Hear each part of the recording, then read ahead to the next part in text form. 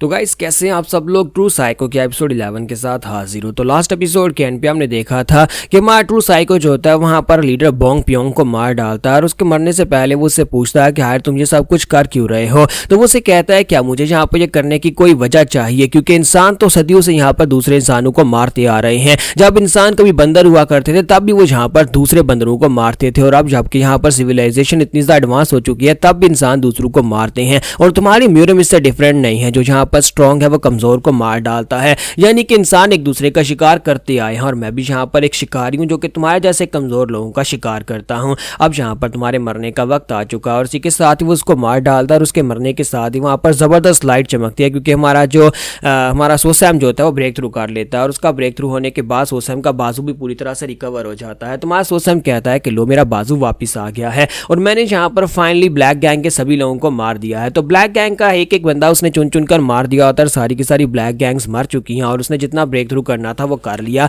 और अब वो कहता है कि अब मुझे लगता है कि अगली स्टेज के ऊपर जाना पड़ेगा, मुझे ऐसी जगह के ऊपर जाना है जहां पर स्ट्रॉन्ग जो होते हैं वो भी स्ट्रॉन्ग का शिकार बन जाते हैं। यानी कि तुम जहां पर स्ट्रॉन्ग हो तुमसे ऊपर कोई ना कोई स्ट्रॉन्ग जरूर होता है। मैं म्यूरम में जाने वाला हूं, क्योंकि फिलहाल के लिए तो वो डांदरी क्लैन में, लेकिन जब वो रियल दुनिया में जाएगा, यानी रियल म्यूरम के अंदर जाएगा जहां पर पांचों बड़े क्लैंस जो हैं वो एक दूसरे से लड़ते झगड़ते रहते हैं, तो वहां पर उसे शिकार करने का ज्यादा मौका मिलने वाला है। और इसी के साथ ही एक सीन में डिमोनिक कल्ट का दिखाया जाता है, और आपको पता है कि म्यूरम हो और वहां पर डिमोनिक कल्ट का नाम ना आए ऐसा तो हो ही नहीं सकता। तो डिमोनिक सेक्टर का सीन दिखाते हैं जहां पर लीडर जो होता है वो अपने एक साथी से पूछता है कि बताओ कि ऑर्थोडॉक्स डीमन वार में कितना वक्त रह गया है। तो उसका एडवाइजर उसे कहता है कि सर सिर्फ 2 साल के बाद हम लोग उनके ऊपर फुल ऑन अटैक कर सकते हैं। तो वो कहता है कि 2 साल रह गए हैं, यानी कि बहुत ही कम समय बचा है, तो क्या हम लोग अपने ग्रैंड प्लान को स्टार्ट करने के लिए थोड़ी सी कमोशन स्टार्ट करें। तो वो एक बंदा जिसका नाम वैंग मून होता है उसे कहता है कि वैंग वून क्या तुम रेडी हो। तो वो कहता है जी सर, जब आप कहेंगे मैं तब जहां पर अटैक करना शुरू कर दूंगा।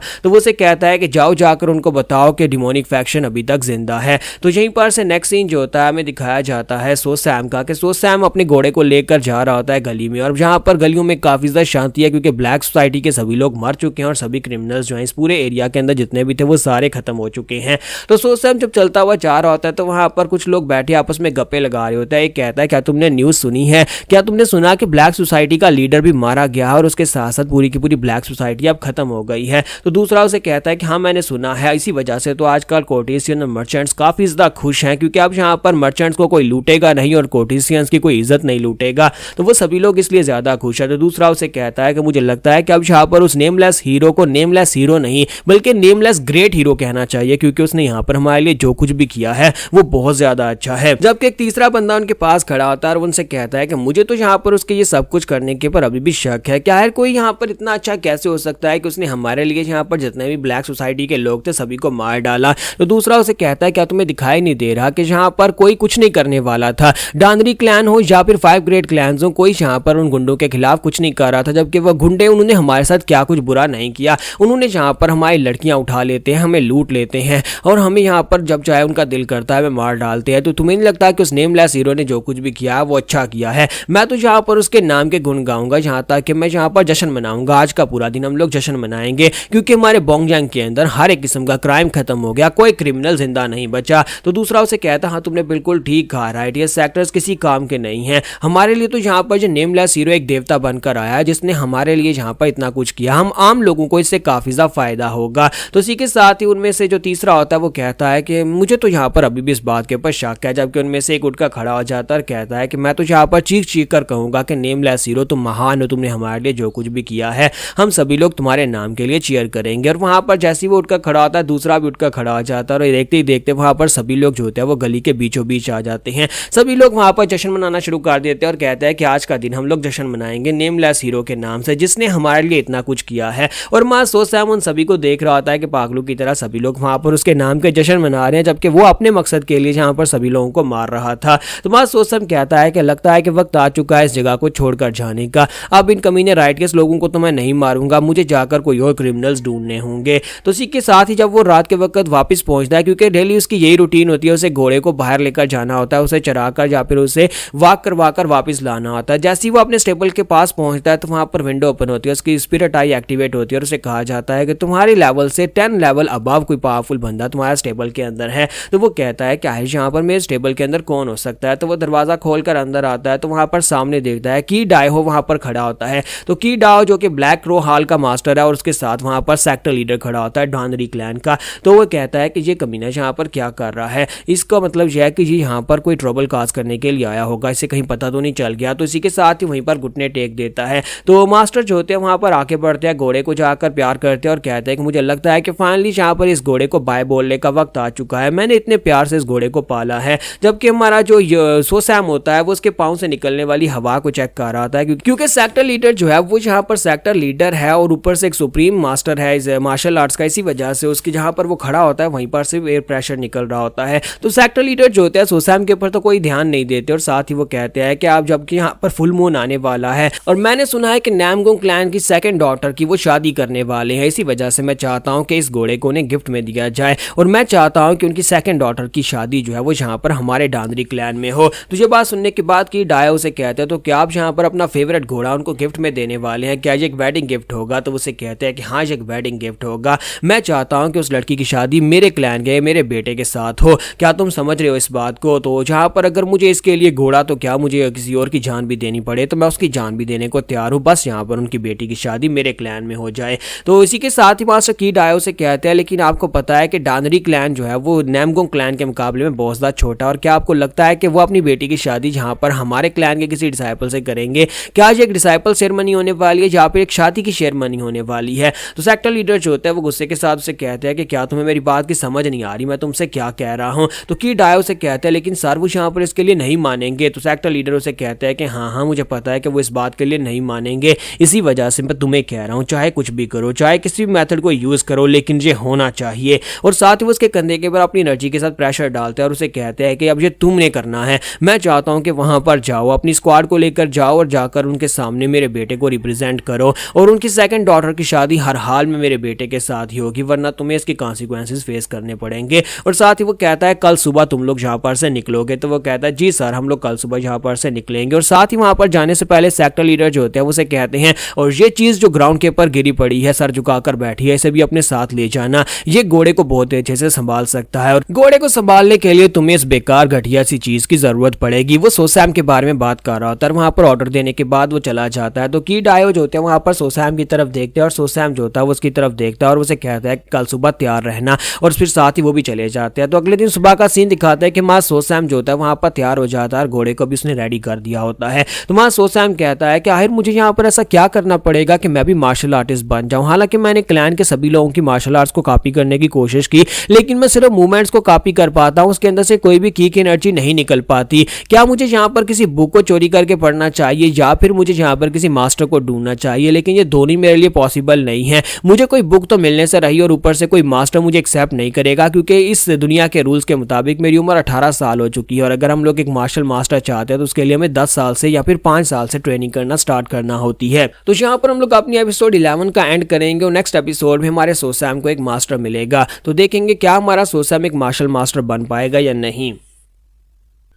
तो गाइस कैसे हैं आप सब लोग? ट्रू साइको के एपिसोड 12 के साथ हाजिर हूं। तो लास्ट एपिसोड के एंड पे हमने देखा था कि मां सोसैम जो होता है वो सोच रहा होता है कि मैं मार्शल आर्ट्स सीखने के लिए क्या करूं, मैं मार्शल आर्ट्स नहीं सीख सकता क्योंकि मैं 18 साल का हो गया और मुझे कोई मास्टर नहीं मिलेगा और मैं यहाँ पर किसी बुक को समझ नहीं पाऊंगा, मुझे यहाँ की लैंग्वेज नहीं आती। और इसी के साथ ही वो वहाँ पर सोच ही रहा होता है कि अब यहाँ पर से मैं जाने वाला हूँ नामगोंग क्लैन में, और जहाँ पर नामगोंग क्लैन जो कि 5 बड़ी ग्रेट फैमिलीज में से एक फैमिली और वहाँ की मार्शल आर्ट्स भी काफ़ी ज़्यादा बेहतर हैं। तो हो सकता है कि वहाँ पर जाकर मुझे कुछ सीखने को मिल जाए, मेरे लिए एक बहुत ही बड़ी अपॉर्चुनिटी होने वाली है, क्योंकि मुझे यहाँ पर सिर्फ घोड़े को संभालने के लिए लेकर जाया जा रहा है, लेकिन मैं वहां पर से काफी कुछ सीख सकता हूँ क्योंकि नामगोंग क्लैन के अंदर बहुत ही पावरफुल लोग भी और उनको मारकर मैं लेवल अप भी कर सकता हूँ। तो वो काफी ज्यादा खुश हो रहा था और इसी के साथ ही की डायो जो होता है वो अपनी स्क्वाड से कहता है क्या सभी लोग रेडी हो? ब्लैक रो हाल के सभी लोग आ गए? तो वो कहता है जी सर आ गए हैं। तो फिर साथ ही वो कहते हैं कि चलो यहाँ पर से फिर निकलते हैं, लेकिन साथ ही वो कहता है कि मुझे बताओ कोई मिसिंग तो नहीं है? तो एक बंदा उसे कहता है सर यंग लॉर्ड और यंग लेडी वो दोनों यहाँ पर नहीं है। तो की डायो कहते हैं कि डानरी क्लैन का गैंग हाई यानी कि जो यंग मास्टर है वो कमीना तो इस वक्त किसी होटल के अंदर किसी लड़की के साथ मजे कर रहा होगा, उसे हम लोग रास्ते में जाकर ढूंढ लेंगे। और रही बात यहाँ पर डानरी ही की, तो वो अकेले ट्रैवल करना पसंद करती है और मुझे लगता है कि वो हमारे पीछे आ जाएगी, हमें उसके लिए वेट करने की जरूरत नहीं। और साथ ही वो अपने सोल्जर से कहता है कि चलो जल्दी से आगे बढ़ते हैं और हर एक रेस्टोरेंट में जाकर देखते हुए जाएंगे, कहीं ना कहीं से तो हमें मिल ही जाएगा। तो थोड़ी आगे जाने के बाद वो लोग रुक जाते हैं क्योंकि एक रेस्टोरेंट रेस्टोरेंट के अंदर यानी एक इन के अंदर वहां पर फाइट हो रही होती है। तो वो वहां पर रुक जाते हैं और कहते हैं मुझे लगता है कि गैंग ही कमीना फिर से यहाँ पर किसी को पीट रहा है। तो डैनरी गैंग ही के बारे में यहाँ पर बताया जाता है कि ये यहाँ का सबसे बड़ा बेटा है। उसके बारे में ये कहा जाता है कि बचपन से ही उसके अंदर मार्शल आर्ट्स का काफी ज्यादा टैलेंट था। तो सेक्टर लीडर इस बात से बहुत ज्यादा खुश है कि उनका बेटा एक बहुत ज्यादा टैलेंटेड लड़का है, लेकिन यहाँ पर वो एक बहुत ही बुरी आदत में पड़ चुका है। अगर देखा जाए तो उसके टैलेंट्स की वजह से अभी तक वो हमारे सेक्टर का सक्सेसर बन चुका होता या फिर वो उसकी वजह से डानरी क्लैन का नाम रोशन हो चुका होता। लेकिन असल प्रॉब्लम तो उसके करैक्टर की है कि वो एक बहुत ही ठरकी किस्म का इंसान है। यानी कि मार्शल आर्ट्स की ट्रेनिंग में तो वो काफी ज्यादा अच्छा है, लेकिन जहां पर भी उसे फ्री टाइम मिलता है वो लड़कियों के साथ मजे करने के लिए चला जाता है। इसी वजह से अक्सर यहाँ पर फाइट्स होती रहती है और कभी ना कभी वो यहाँ पर इस बार के अंदर किसी ना किसी से झगड़ा करके वापस आ जाता है। तो यहीं पर से मास्टर की डायहो जो होते हैं वो दरवाजे के बाहर आकर खड़े होते हैं उस रेस्टोरेंट के और कहते हैं, यंग मास्टर अब तुम यहाँ पर किसको पीट रहे हो, प्लीज जल्दी से बाहर आ जाओ, हमें यहाँ पर से जाना है नैमकोंग क्लैन की तरफ। लेकिन साथ ही वहां पर जबरदस्त पावर निकल रही होती है। वो एनर्जी जो होती है वो यहाँ पर गैंग हाई की नहीं होती, यानी कि वो किसी और की पावर्स होती है जो यहाँ पर उसे पीट रहा होता है। और साथ ही उनका यंग मास्टर उड़ता हुआ बाहर आकर दीवार के साथ टकराता है। तो की डायहो चलाकर कहता है कि यंग लॉर्ड जी आपके साथ क्या हुआ। और इसी के साथ ही सोसेम अपनी स्पिरिट आई को एक्टिवेट करता है और उसे पता चलता है कि वहां पर एक बहुत ही पावरफुल मास्टर है जो कि कम से कम 10 लेवल्स हायर है। तो जो गैंग हाई जो होता है वो भी वहां पर गिरने के बाद इशारा करते हुए कहता है, कमीना कहीं का, उसकी हिम्मत कैसे मेरे पर अटैक करने की, इसको मार डालो। जबकि सामने से जो मार्शल मास्टर होता है बड़ी तेजी के साथ उड़ता हुआ वहां पर बाहर निकल कर आता है। की डायहो हैरान परेशान खड़ा होता है, जबकि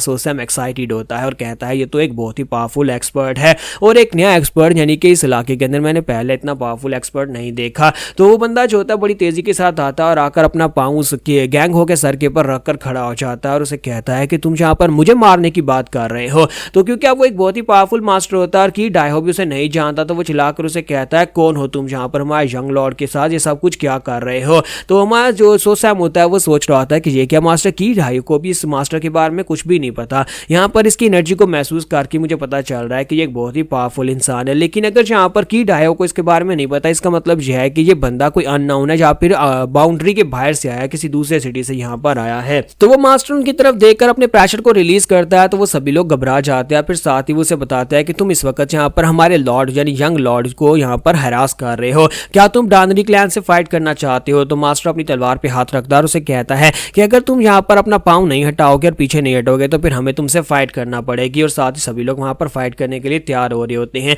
जबकि सोसैम जो होता है वो सोच रहा होता है कि मुझे लगता है ये सभी लोग मरने वाले हैं, क्योंकि अनहुई में इस तरह का पहले कोई मास्टर नहीं आया जो कि डानरी क्लैन के यंग मास्टर को इस तरह से हैरास कर सके। इन सभी की आंखों के सामने वो उनके यंग मास्टर को बुरी तरह से पीट रहा है और मुझे नहीं लगता कि ये लोग इस मास्टर को हरा पाएंगे। तो इसी के साथ ही वो मास्टर जो होता है वहां पर उन सभी की तरफ घूर कर देखता है और साथ ही अपने कान में उंगली डालते हुए उनको इग्नोर करते हुए कहता है कि तुमने कहा कि डानरी क्लैन से हो, ये डानरी क्लैन क्या है, क्या ये किसी खाने वाली चीज का नाम है, क्योंकि मुझे तो यहाँ पर कुछ ऐसा ही लगता है। तो ये बात सुनते कि डायो गुस्से के साथ से कहते हैं, तुम्हारी हिम्मत कैसे भी डानरी क्लैन की इंसल्ट करने की। तो मास्टर से कहते हैं कि मैं यहाँ पर तुम्हारे डानरी क्लैन के बारे में कुछ नहीं जानता, अगर यहाँ पर ये खाने वाली चीज है तो फिर मैं इसे खा लूंगा, अगर खाकर फेंकने वाली थूकने वाली चीज है तो फिर मैं खाकर थूक दूंगा, लेकिन मुझे लगता है कि यहाँ पर तुम्हें क्रश करने में बहुत ज्यादा मजा आएगा। तो इसी के साथ की डायो अपनी तलवार निकाल कर अटैक करने के लिए आगे बढ़ते हैं और अपनी यूनिट से कहता है कि ब्लैक करो यूनिट, अटैक करो, अपने यंग मास्टर को सेव करो। तो जैसे ही वो लोग भागते हुए आगे की तरफ बढ़ते हैं, इसी के साथ ही वो मास्टर जो होता है वहीं पर से अपनी उंगली को सामने की तरफ फ्लिक करता है।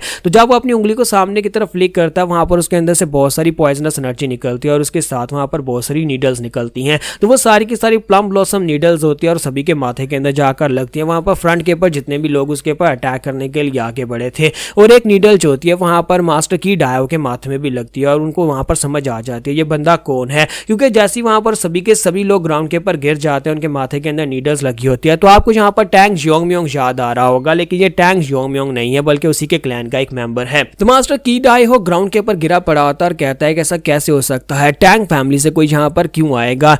तो मास्टर टैंग जो होते हैं उसे कहता है कि देखो जरा तुमने यहाँ पर मुझे पहचान लिया, कम से कम तुम्हारे पास थोड़ी बहुत अकल तो है कि तुमने यहाँ पर मरने से पहले मुझे पहचान ही लिया है। मास्टर उसे कहता है कि मुझे soul hunting poisonous palm Tang Wu कहते हैं। जब वो यहाँ पर उसे अपना नाम बताते हैं तो उसी के साथ में म्यूरियम के 20 स्ट्रॉन्गेस्ट के बारे में बताया जाता है कि म्यूरियम के अंदर 20 बहुत ही पावरफुल लोग हैं, जिनमें से 2 गार्ड्स का टाइटल रखते हैं, जिनमें से 3 मास्टर मॉन्स्टर्स का टाइटल रखते हैं, जिसमें से 5 पिनेकल्स का टाइटल रखते हैं और 10 ग्रेट मास्टर्स हैं। तो ये सभी मास्टर्स को मिला मिलाकर टोटल 20 ग्रेट मास्टर्स बनते हैं, जिनमें से टैंग वू भी एक ग्रेट मास्टर हैं। लेकिन इनके बारे में कहा जाता है कि जो भी इनसे पंगा लेता है उसे एक बहुत ही दर्दनाक मौत दी जाती है। इन्हें सोल हंटिंग पॉइजनस पाम इसलिए कहा जाता है कि अगर इसके साथ पंगा लिया तो यहाँ पर अपनी पॉइजनस नीडल के साथ तुम्हारे पर अटैक करेगा, यहाँ तक कि मरने के बाद भी तुम्हारी सोल को शांति नहीं मिलने वाली, तुम्हारी आत्मा को टॉर्मेंट किया जाता है, या तुम्हारी आत्मा को अपने पॉइजन के साथ जलाकर राख कर देता है। तो हमारा सोचता है वहां पर खड़े खड़े सोच रहा होता है कि इन्होंने यहाँ पर टैंग वू से पंगा ले लिया, जिसकी वजह से अब यहाँ पर ये सभी लोग मरने वाले हैं। अगर टैंग वू को और भी ज्यादा गुस्सा आया तो पूरी टैंग फैमिली यहाँ पर आ गई तो वह अपनी पॉइजनस टेक्निक्स के साथ पूरे के पूरे डैनरी क्लैन को खत्म कर देंगे। डैनरी यंग मास्टर ने तो यहाँ पर बहुत बड़ी गलती कर दी है। तो अब यहाँ पर क्या होगा, क्या वाकई में ये सभी लोग यहाँ पर मरने वाले हैं, क्योंकि वो बंदा यानी टैंग वू जो है वो शांत नहीं हो रहा। तो साइड के ऊपर से एक लड़की निकल कर आती है और उसे कहती है ग्रैंडपा बस करो। तो क्या तुम यहाँ पर इन सभी लोगों को इस तरह से मार डालोगे, ये तो बस यहाँ पर कुछ बेवकूफ लोग हैं, इनको यहाँ पर से छोड़ दो, यानी जिंदा छोड़ दो। तो ग्रैंडपा की बात सुनने के बाद हल्का सा मुस्कुराते हैं और कहते हैं हाँ क्यों नहीं, अब जबकि तुम कह रही हो तो फिर ठीक है, मैं इन लोगों को छोड़ देता हूँ। मैं तो बस यहाँ पर इन लोगों को सबक सिखा रहा था कि डैनरी क्लैन तो कुएं में बैठे हुए एक मेंढक की तरह है, ये दुनिया बहुत बड़ी है। और साथ ही वो आगे बढ़ते और कहते हैं कि अब जबकि तुम यहाँ पर राइटियस सेक्टर के एक यंग मास्टर हो तो इसी वजह से मैं तुम्हें जान से नहीं मारूंगा, क्योंकि मैं नहीं चाहता कि राइटियस फैक्शंस के बीच में आपस में फाइट शुरू हो जाए। लेकिन तुम्हें कम से कम यहाँ पर देखना चाहिए कि तुम किस लड़की के ऊपर हाथ डाल रहे हो। तो इसी के साथ ही मास्टर वू जो होते हैं वहां पर की डायो से कहते हैं कि जब ये लड़का होश में आएगा तो इसे कम से कम इतना बता देना कि अगली बार अगर इसने इसी तरह किसी और लड़की के ऊपर हाथ डाला तो हो सकता है कि अगली बार मेरी तरह का कोई मास्टर इसे माफ ना करे और तुम्हारा डैनरी क्लैन इस बेवकूफ बच्चे की वजह से मारा जाएगा। तो यहाँ पर हमारी एपिसोड 12 का एंड करेंगे और नेक्स्ट एपिसोड में देखेंगे कि हमारा जो सो सैम है उसकी किस्मत कैसे खुलने वाली है। तो गाइस कैसे हैं आप सब लोग ट्रू साइको के एपिसोड 13 के साथ हाजिर हो। तो लास्ट एपिसोड के एंड पे हमने देखा था कि मास्टर टैंग वू जो होते हैं वहां पर उन लोगों से कहते हैं कि तुम्हारे होश आने के बाद इस कमीने को बता देना कि दोबारा किसी रैंडम लड़की को बिल्कुल ही मत छेड़े या फिर उसे सोने के लिए मत पूछे, क्योंकि अगली बार कभी ऐसा हुआ तो ये बंदा मारा जाएगा और साथ ही तुम्हारी पूरी फैमिली डिस्ट्रॉय हो जाएगी। तो ये बात सुनने के बाद की डायो से कहते हैं जी सर आपका बहुत बहुत शुक्रिया हमारे पर तरस खाने के लिए, मैं इसको यहाँ पर अच्छे से समझा दूंगा। तो टैंग वू जो होता है वहीं पर सभी नीडल्स को वापस खींच लेते हैं। जब वो सभी नीडल्स को वापस खींच लेते हैं तो वहां पर जितने सोल्जर्स गिरे थे वो सारे के सारे फिर से उठकर खड़े हो जाते हैं। और टैंग वो कहते हैं कि चलो यहाँ पर से चलते हैं। जब वो अपनी पोती से कहते हैं कि चलो चलते हैं, इसी के साथ उनकी नज़र वहां पर हमारे सैम के ऊपर पड़ती है। तो वो सैम को देखने के बाद काफ़ी हैरान होते हैं कि वो यहाँ पर उसे घूर घूर कर देख रहा है। तो एल्डर जो होते हैं वहां पर उसे घूर कर देखते हैं, हमारा सैम उसकी तरफ घूर कर देखता है। फिर साथ ही वो हाँ से कहते हैं हाँ तुम यहीं पर रुको मैं आता हूँ। तो उसे कहते हैं ग्रैंडपा तुम कहाँ पर जा रहे हो। तो उसके ग्रैंडपा जो होते हैं वो सीधे हमारे सैम की तरफ आके बढ़ते हैं और हमारा सैम सोच रहा होता है ये मेरी तरफ क्यों आ रहा है, ये मेरी तरफ आके क्यों बढ़ रहा है, क्या ये मुझे मारने के लिए आ रहा है। तो इसी के साथ ही मास्टर टैंग उसके सामने आकर खड़े हो जाते हैं और उसे घूर घूर कर देख रहे होते हैं। फिर साथ उसे कहते हैं कि लड़के यहाँ पर क्या चल रहा है, आखिर तुम यहाँ पर कोई इतनी ज्यादा स्पेशल भी तो नहीं हो, लेकिन मुझे ऐसा क्यों लगता है जैसे कि तुम बहुत ज्यादा स्पेशल हो। तो वो उसे कहता है कि लड़की अपना नाम बताओ। तुम्हारा सैम जो होता है क्योंकि अब यहाँ पर वो गूंगा ही है क्योंकि किसी को पता नहीं है, तो वो चुपचाप वहां पर खड़ा होता है और इसी के साथ ही हमारा सैम वहां पर खामोश खड़ा रहता है। तो मास्टर टैंग कहता है कि लड़के तुम्हारा नाम क्या है। तो सैम फिर से खामोश रहता है। तो उसी के साथ ही एल्डर गुस्सा हो जाते हैं और कहते हैं लगता है कि तुमने मेरी बात को सुना नहीं, मैंने पूछा कि तुम्हारा नाम क्या है या फिर तुम मरना चाहते हो। और जैसे वहां पर अपनी पावर्स को रिलीज करके हमारे सैम के ऊपर अटैक करने लगता है। इसी के साथ की डायो बीच में आते हैं और कहता है कि सर सर सर प्लीज माफ करिएगा, ये लड़का बेचारा यानी ये लड़का बेचारा गूंगा है, ये बोल नहीं सकता। तो एल्डर टैंक जो होते हैं उसकी बात सुनने के बाद कहते हैं अच्छा तो ये लड़का बोल नहीं सकता। फिर साथ ही वो हमारे सैम को घूर कर देखते हैं और इसी के साथ ही वो कहते हैं अगर ये लड़का एक म्यूट है लेकिन ये इतना ज्यादा खास क्यों है। तो हमारा सैम सोच रहा होता है कि मुझे लगता है कि ये पूरी तरह से मुझे इवैल्यूएट करने की कोशिश कर रहा है, ये देख रहा है कि मेरे पास क्या कुछ है। और साथ ही वो सोच रहा होता है कि इसे ऐसा लगता है जैसे किसी कोई खजाना मिल गया हो, लेकिन जो मुझे इस तरह से क्यों देख रहा है। तो मास्टर टैंक जो होते हैं उसका हाथ पकड़ते हैं, वो उसका हाथ पकड़कर चेक करते हैं। फिर साथ ही कहते हैं ये तो बहुत ही कमाल हो गया और वहीं पर हंसना शुरू कर देते हैं। तो पीछे हटते हैं और कीट आयो से कहता है कि तुमने क्या कहा कि ये लड़का कौन है और तुम लोग इस वक्त कहां पर जा रहे हो, क्या तुम नैमगोंग क्लैन की तरफ जा रहे हो। तो वो कहता है जी सर हम लोग नैमगोंग क्लैन में मैरिज अलायंस के लिए जा रहे हैं। तो मास्टर टैंग वू से कहता है कि मुझे इस लड़की के बारे में बताओ कि यह लड़का वहां पर क्या करेगा। तो इसी के साथ ही मास्टर कीट आयो से के बारे में बताते हैं और उसे कहता है कि सर इस लड़के का नाम सो सैम है और इस लड़की का काम यहाँ पर घोड़े को संभालना है, जो हमारे स्टबल में ही रहता है और यहाँ पर इस घोड़े को वहां पर नैमगोंग क्लैन में हमारे साथ लेकर जा रहा है, हम लोग इस घोड़े को गिफ्ट में देने वाले हैं। तो टैंग वू से कहता है तो फिर ठीक है ये लड़का मुझे दे दो, ये लड़का मुझे गिफ्ट में चाहिए। तो कीट आयो से कहते हैं कि नहीं नहीं सर आप ऐसा कैसे कर सकते हैं, अगर हम इस लड़के को आपको दे देंगे तो फिर घोड़ा कौन संभालेगा, इसके बिना इस घोड़े को कोई संभाल नहीं सकता। तो टैंक वो कहते हैं अच्छा तो इसका मतलब यह है कि तुम्हें इस घोड़े को पहले वहां पर शादी में गिफ्ट के तौर पर देना है और उसके बाद उसके बाद मैं इस लड़के को ले सकता हूं, ये तो एक प्रॉब्लम हो जाएगी। चलो कोई बात नहीं, वैसे भी यहाँ पर ये लड़का जो है मुझे चाहिए तो मैं तुम्हारे साथ टैंक फैमिली तक चलूंगा, मुझे भी टैंक फैमिली में बुलाया गया है। तो वो कहता है कि चलो फिर जाकर टैंक फैमिली से बात करेंगे। तो इसी के साथ ही एल्डर जो होते हैं यानी कि डायो से कहते हैं कि सर लेकिन हम लोग इस लड़के को भी वहां पर घोड़े के साथ ही टैंक नैमगोंग फैमिली को देने वाले हैं। मास्टर टैंक हाल से कहते हैं मैं यहाँ पर बात कर लूंगा, मैं मास्टर नैमगोंग से भी बात कर लूंगा और साथ ही यहाँ पर तुम्हारे क्लैन हेड से भी बात कर लूंगा, यानी तुम्हारे डानरी क्लैन का जो हेड है मैं उससे भी बात कर लूंगा और हो सका तो मैं उन्हें पेमेंट भी दे दूंगा, लेकिन ये लड़का अब मुझे चाहिए। तो की डायो से कहता है कि अब यहाँ पर सर हम क्या कह सकते हैं। और तो मास्टर टेल्डर जो होते हैं वहां पर उसे घूर कर देखते हैं तो वो कहता है ठीक है सर, पर एक बार हम लोग नैमगोंग फैमिली में पहुंच जाए, वहां पर जाने के बाद ये लड़का आप रख सकते हैं। टेल्डर टैंक बहुत ज्यादा खुश हो जाते हैं और कहता है कि बहुत ही अच्छे अब ये लड़का मेरा हो जाएगा। और साथ ही उसे कहता है कि लड़के अब तुम वहां पर खड़े खड़े किसका वेट कर रहे हो, चलो जल्दी से नैमगोंग क्लैन में चलते हैं और वहां पर उसके बाद तुम हमारे हो जाओगे। जबकि मास्टर की डायो सोच रहे होते हैं कि ये क्या हो गया,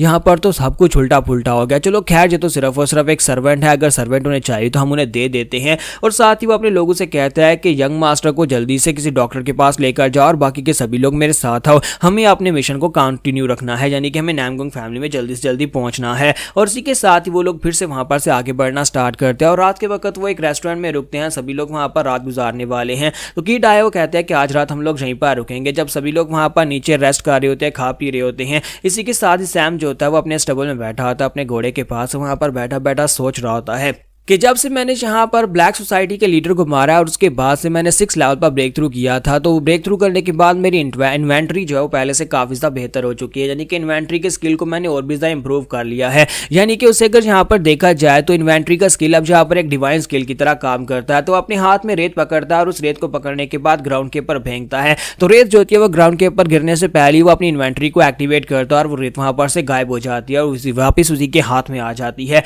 तो वहाँ सोसैम कहता है कि देखा इन्वेंट्री जो है ये बड़े अच्छे से काम कर रही है। और साथ ही वो कहता है कि मैंने यहाँ पर एक नया स्किल एक्टिवेट कर लिया है, इन्वेंट्री यहाँ पर सिर्फ बाहर ही काम नहीं करती बल्कि अंदर भी काम करती है। और साथ ही मां सोसैम जो होता है वो रेत को अपने मुंह के अंदर डालता है, यानी उस रेत को निगल जाता है। जब उस रेत को निगल जाता है तो वो अपने पेट के अंदर से उस रेत को वापस अपनी इन्वेंट्री की मदद से निकाल लेता है। तो सोसैम कहता है कि मैं जहाँ पर अपने पेट के अंदर भी कोई चीज चली जाएगी तो मैं उस चीज को भी अपनी बॉडी के अंदर से बाहर निकाल सकता हूँ और ये बड़ी आसानी से हो जाता है क्योंकि इन्वेंट्री जो है इस तरह भी काम करती है। तो ये तो बिल्कुल एक डिवाइन आर्ट की तरह है, मुझे लगता है कि कल को इन्वेंट्री मेरे बहुत ज्यादा काम आएगी। और इसी के साथ ही मां सोसैम वहां पर बैठा होता है कि साइड के ऊपर से मिस टैंग हा आ जाती है। तो टैंग हा वहां पर आती है और कहती है कि पता नहीं क्यों ग्रैंडपा को तुम्हारे अंदर कुछ ज्यादा इंटरेस्ट है और उन्होंने मुझे इतनी रात के वक्त तुम्हारे असिस्टेबल में तुम्हें बुलाने के लिए भेजा है, चलो जल्दी से मेरे साथ आ जाओ, ग्रैंडपा तुमसे बात करना चाहते हैं। हमारा सैम जो होता है उठकर उसके साथ चल पड़ता है और इसी के साथ ही हमारा सैम जो होता है उसके रूम में जाता है जहां पर ग्रैंडपा पहले से बैठे होते हैं। तो ग्रैंडपा उसे कहता है कि लड़के वहां पर सामने प्लेटफॉर्म के ऊपर क्रॉस लेग करके बैठ जाओ। तो सैम उनकी बात सुनने के बाद जाकर सामने क्रॉस लेग करके बैठ जाता है।